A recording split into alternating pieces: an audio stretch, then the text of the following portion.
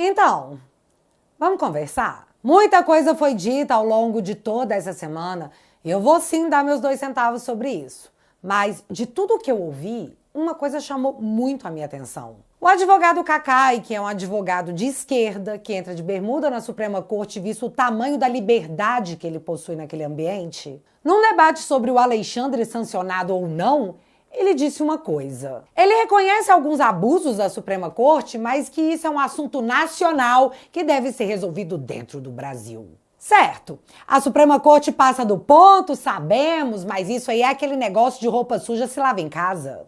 A única forma de um ministro da Suprema Corte ser interpelado, questionado, até mesmo punido em solo brasileiro, é se o Senado assim quiser.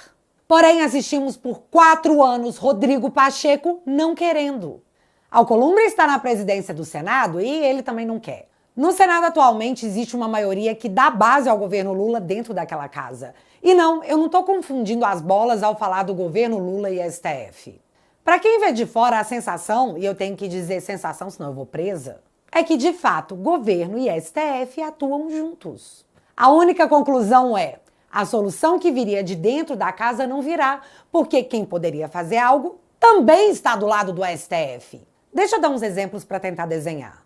Matéria de 15 de março. Emendas de Alcolumbre de 15 milhões banca um programa de ONG ligado a seu assessor. Mas presidente do Senado nega conflito de interesse. Em dezembro de 2024, a matéria dizia que o rei do lixo, aquele preso no escândalo das emendas, orientou contato com a assessora do Alcolumbre, diz relatório da Polícia Federal sobre esquema de corrupção. Aliás, em julho do ano passado, o senador Alessandro Vieira protocolou uma notícia-crime contra o Alcolumbre e contra o Pacheco por corrupção ativa no caso do orçamento secreto. Segundo a ação protocolada por Alessandro Vieira, tanto Alcolumbre quanto Pacheco negociaram votos para serem eleitos usando as emendas parlamentares.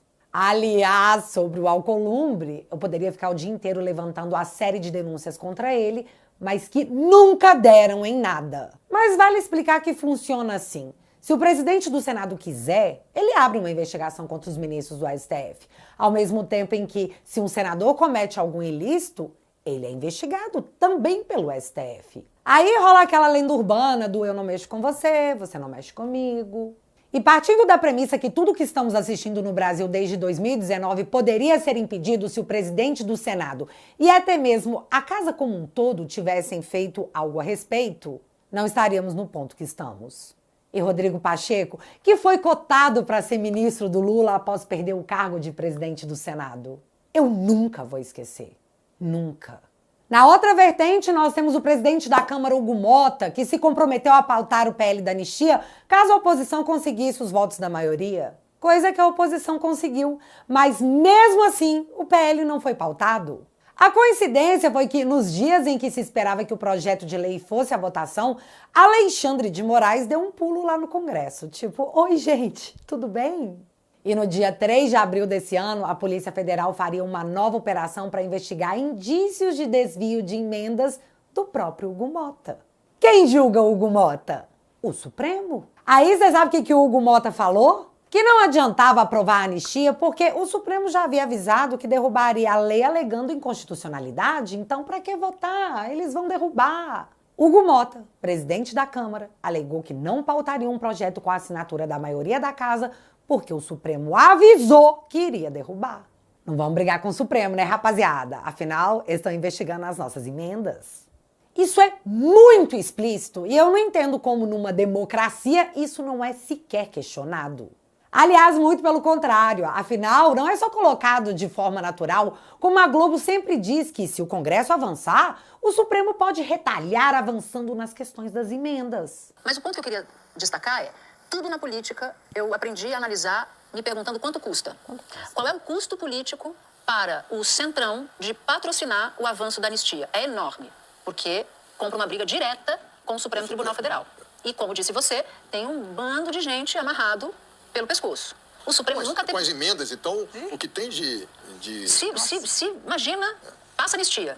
Imagina uma decisão do ministro Flávio Dino, falou assim, bom, então estou decidindo aqui, vamos abrir tudo, Polícia Federal você entra, Tribunal de Contas me passa tudo aqui, vai sobrar o quê? Então fica assim, se o Congresso ficar bonzinho, as investigações sobre os desvios e emendas não vão andar? O Brasil está sendo governado na base da chantagem explícita e a galera tá batendo no peito para dizer que tá salvando a democracia. E assim, eu sei que vocês já sabem disso tudo, já falamos sobre isso milhares de vezes, mas é muito importante refrisar que o caos que foi instaurado não começou agora. Na verdade, ele é uma consequência de tudo que rolou até aqui devido à paralisia de quem poderia ter feito alguma coisa. Então, respondendo ao Cacai, que disse que os abusos até existem, mas devem ser enfrentados aqui dentro de Brazuela, eu te digo, Cacai, não existe possibilidade de resolução para tais abusos. Todos estão amarrados uns aos outros. E isso nem de longe se parece com uma democracia. Aliás, fica até o final desse vídeo, você vai assistir uma confissão. Mas tá, vamos a um compilado do que aconteceu nessa semana, porque se a solução é impossível aqui dentro, ao que tudo indica, ela vai vir sim de fora. Se for chorar, manda áudio. Em 7 dias nós fomos disso. É um fato lá dos Estados Unidos e eu não tenho... Olha, não tô nem aí. Para isso. Efeito Alexandre, governo teme que possível sanção a ministro atinja bancos brasileiros. Governo deu ordens para que, se fosse mapeado, se briga com Donald Trump, pode respingar em instituições financeiras. Alerta de spoiler. Pode. E é engraçado porque essa matéria veio logo após o Mauro, o chanceler, dizer que a Lei Magnitsky só tem poder lá nos Estados Unidos. Aqui dentro ela não vale. Ou seja, não tô nem aí, mas verifica, por favor. Barroso tem dito aos 4 ventos que não tem o que comentar. Gilmar anda fazendo piada, dizendo que ruim mesmo seria restrição para Portugal. Alexandre, segundo a Catanhede, tá mudo. Mas os ministros assumiram essa postura porque, não querem passar a sensação para a população de que estão estocando fandangos embaixo da cama. Afinal, o Supremo não recua, não é mesmo? E calma que eu já vou detalhar isso daqui a pouco. Ou 2, porque o STF já terceirizou quem vai falar por eles e, nesse caso, o governo foi escalado. Se hoje nós temos a eleição do presidente Lula, isso se deveu a uma decisão do Supremo Tribunal Federal. É preciso reconhecer isso. Cara, do nada esse vídeo, que coisa mais aleatória. Mas a tranquilidade de que o governo vai resolver esse BO não estava tão evidente quando lemos matérias como essas aqui. Ministros do STF manifestam incômodo com o chanceler sobre ameaças dos Estados Unidos à corte. E por que eles estariam incomodados? Segundo a matéria do Infomoney, o chefe do Itamaraty, seu Mauro Vieira, tinha encontros marcados na corte, mas acabou cancelando esses encontros porque estava com a agenda cheia. E isso irritou muito membros da cúpula do judiciário que acreditam que a possibilidade de retaliação do Trump deveria ser tratada como prioridade. Pois é, mas o Mauro Vieira meteu sem tempo, irmão. Após a manifestação do Marco Rubio e vários posts de congressistas e órgãos americanos, que postaram inclusive em português, Randolph Rodrigues foi até a TV dizer que, olha, nós adotamos aqui uma parada muito louca que se chama reciprocidade. Aí eu fiquei só imaginando o Lula proibindo o Trump de vir ao Brasil, sabe? Proibindo os Estados Unidos de usarem o real. Sem parecer uma piada, tanto que, na sequência, o Planalto se manifestou dizendo que não, galera, nós estamos rejeitando a possibilidade de retalhar a eventual sanção dos Estados Unidos contra o Alexandre, porque nós temos noção do ridículo. Randolph é só um boca aberta. Ignorem ele, tá? Paz. Bem mais ou menos assim. O Lula, nesse momento, está com outros problemas, e eu não digo apenas com os Estados Unidos pelo fato de estarmos tão próximos da China, mega blaster inimiga dos americanos, a ponto da Janja e do Lula pedirem ao companheiro Xi Jinping uma ajudinha para censurar nossas redes. Também não digo que é pelo fato de que o Brasil contraria os Estados Unidos e está apoiando a ditadura do Irã, que é um país sancionado pelos Estados Unidos, a enriquecer urânio. O que queima ainda mais o nosso filme, não apenas com os Estados Unidos, mas também com boa parte do mundo. Menos com a China, com a Rússia, com a Venezuela, com o Paquistão. Esses aí estão achando mega bom o apoio do Brasil ao Irã e estão mandando geral fazer o L. Eu tô querendo dizer do problema maior que tá prestes a estourar na cara do governo em solo brazuelano mesmo, o IOF.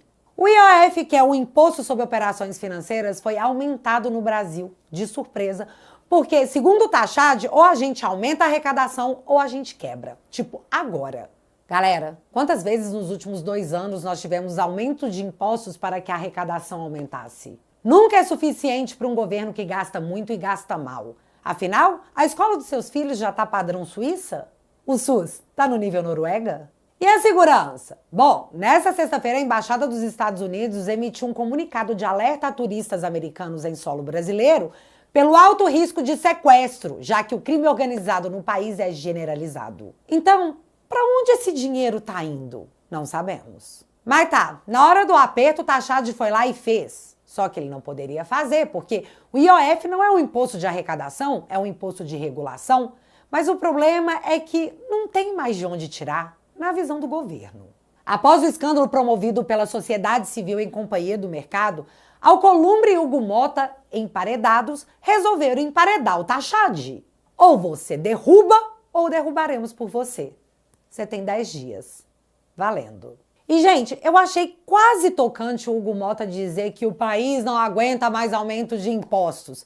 Mas eu achei ainda mais interessante o Alcolumbre, que mantém o governo na base de indicações de cargos, dizer que o governo está atropelando as funções do legislativo.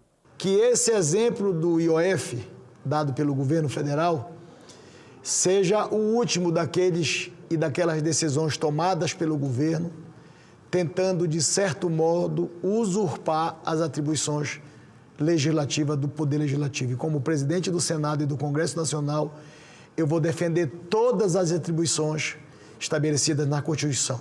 Cada poder tem as suas atribuições, tem as suas competências, mas nós não vamos aceitar que um poder possa interferir em outro poder. Ah, tá! Não vai aceitar, Alcolumbre?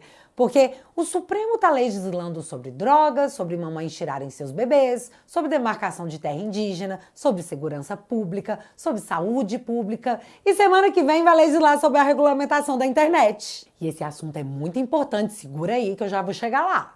Mas o IOF não! Isso é um absurdo atropelar o Congresso dessa forma, onde já se viu.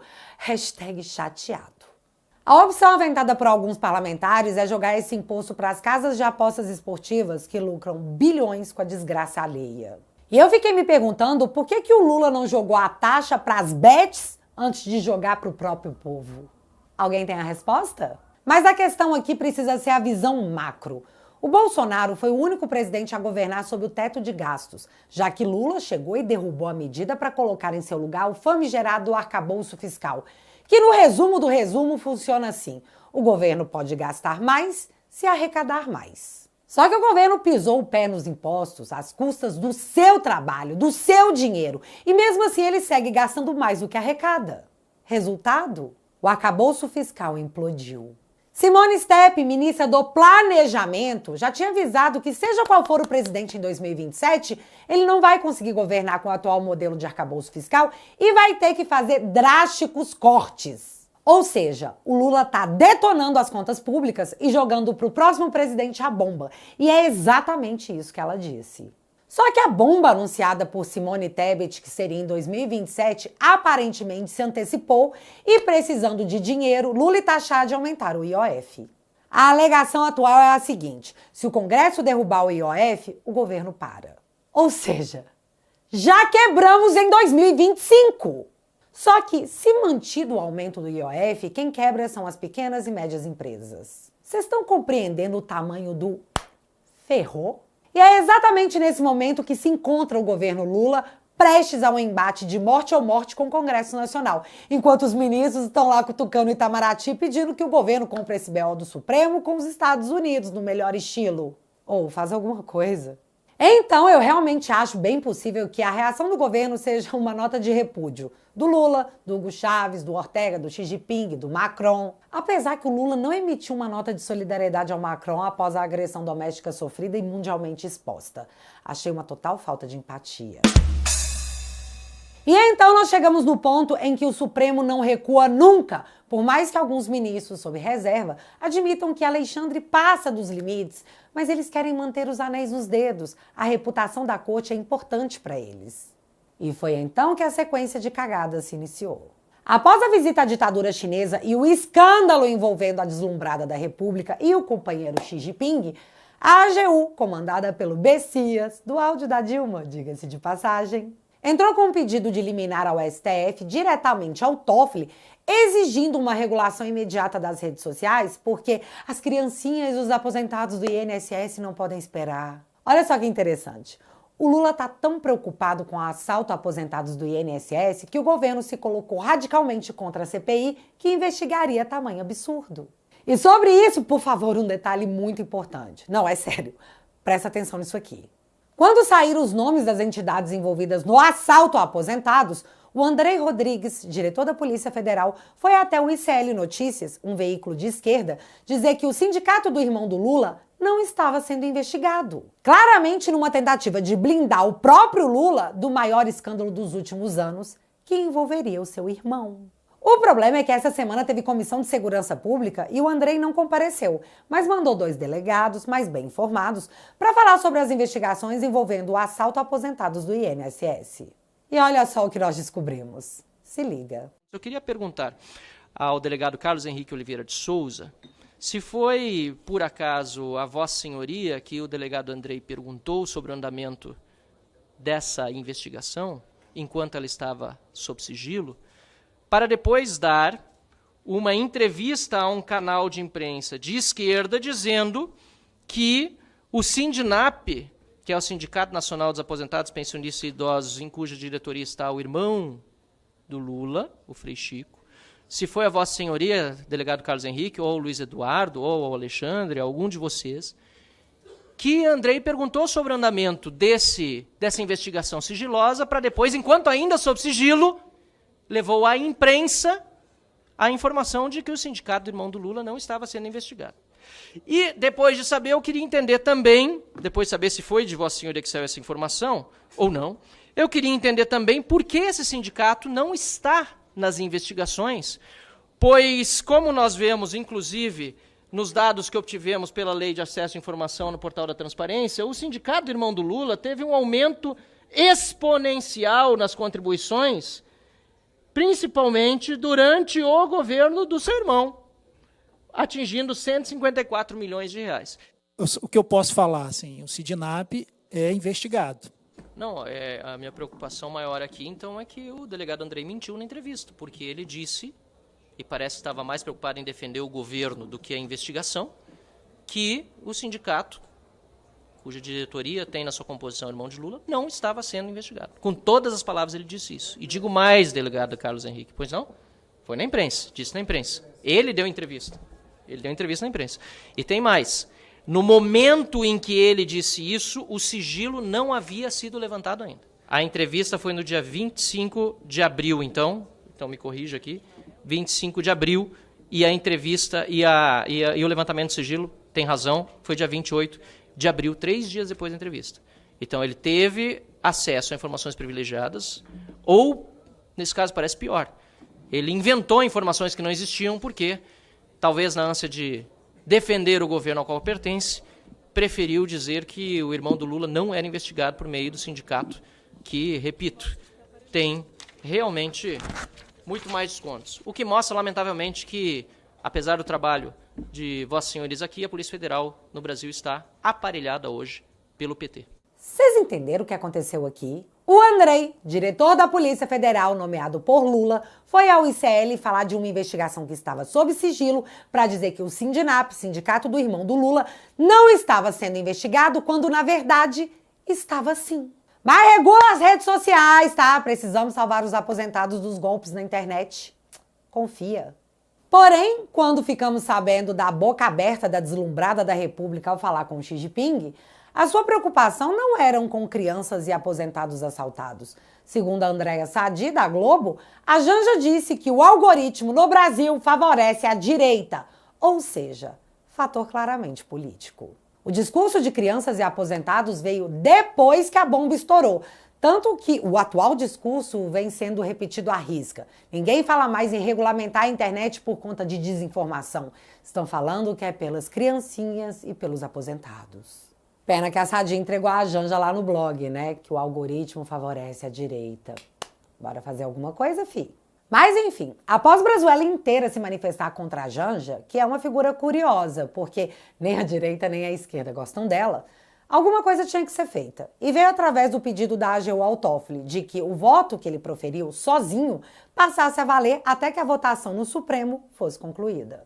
E eu vou aqui me reservar o direito de achar que a AGU está protegendo a Janja em seu pedido, porque no documento enviado ao Toffoli é dito o seguinte, abre aspas, risco para a credibilidade de relevantes ações e programas governamentais, ofensa à honra de figuras públicas, impacto negativo para a reputação e confiança dos administrados em relação à administração pública.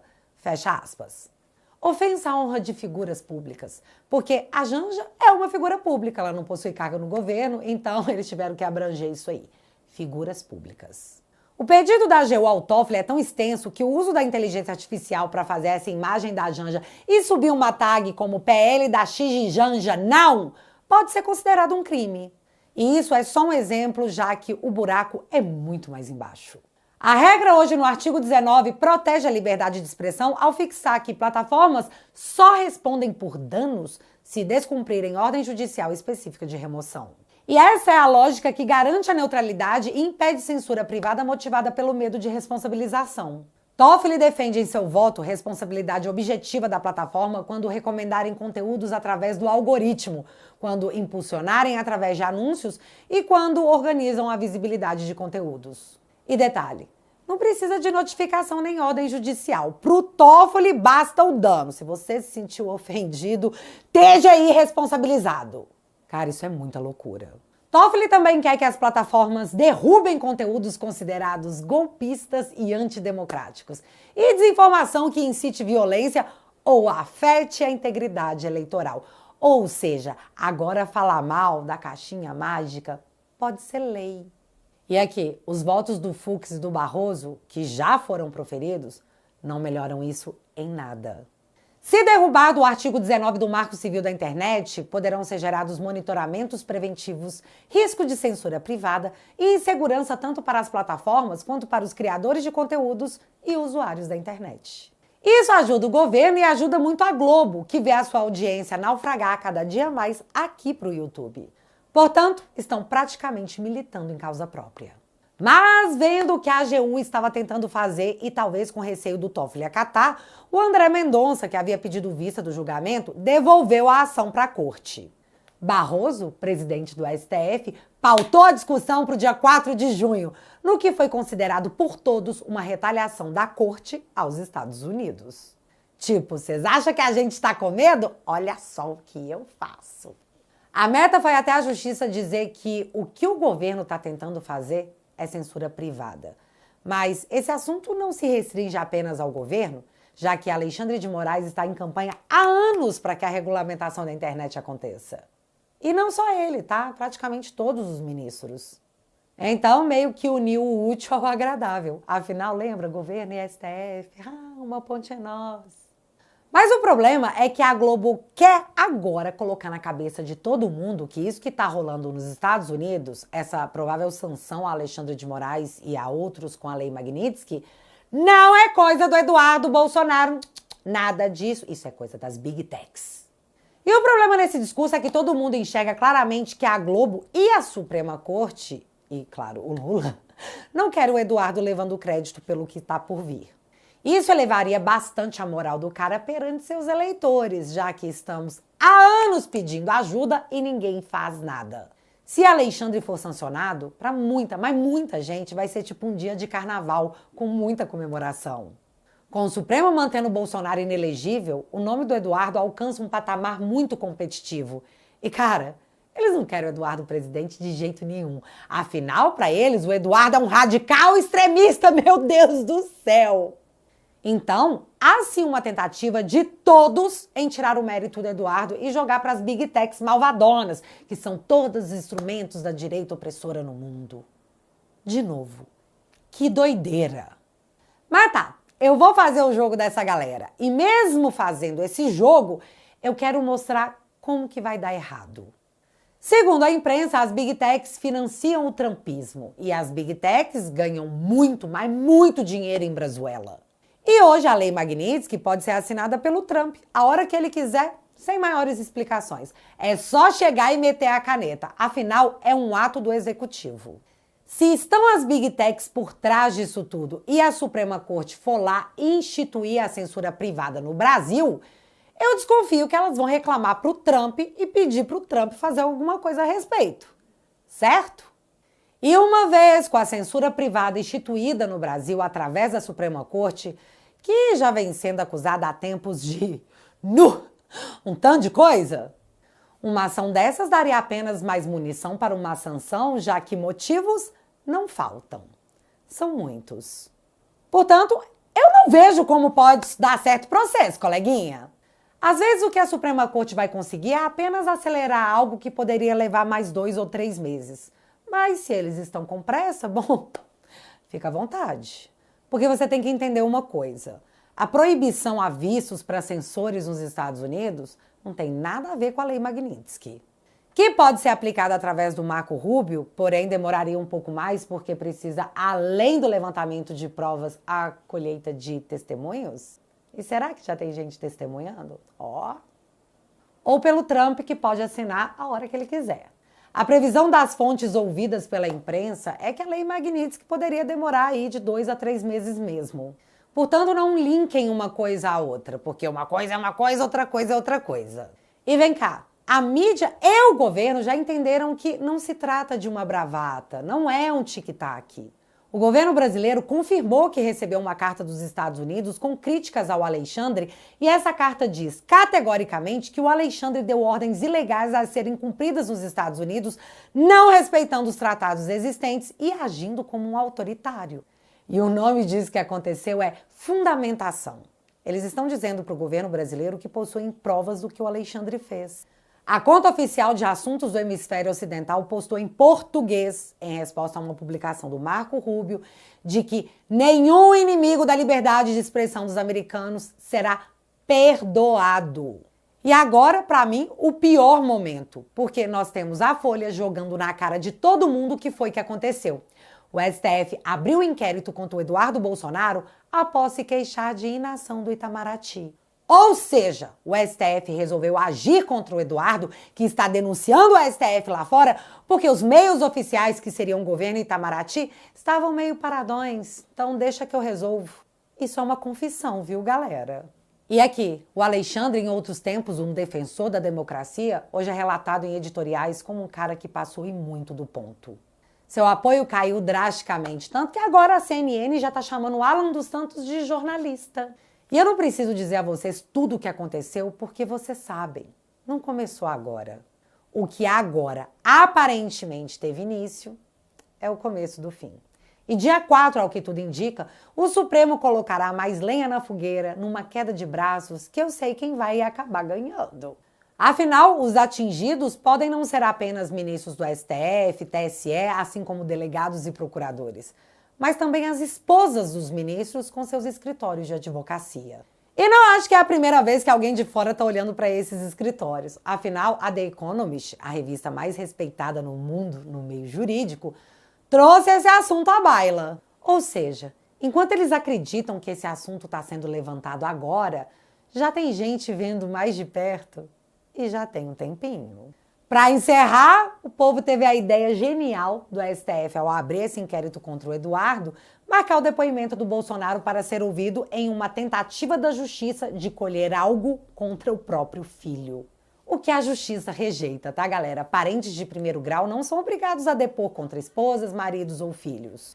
Mas quem liga? Afinal, o ventilado pela imprensa é a tentativa de ou bloquear as contas do presidente, de cravar uma preventiva, ou quem sabe, na pior das hipóteses, a pedido do PT, monitorar o Bolsonaro com uma tornozeleira.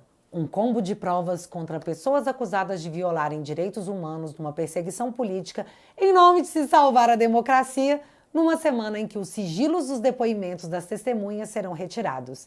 E, enfim, poderemos ver a atuação do juiz com testemunhas que desagradaram a narrativa. Sim, teremos o recorte da ameaça de prisão feita a Aldo Rebelo. E sim, poderemos ver a proibição de Freire Gomes acessar seu próprio depoimento, dentre outras coisas que tomarão luz ao longo dessa semana. Que, ó, promete. Agora me conta aqui nos comentários. O STF vai regulamentar a internet dia 4, trucando com um 5 de ouros? Ou eles vão acabar pedindo vista para pensar um pouquinho mais no assunto? Me conta aqui nos comentários.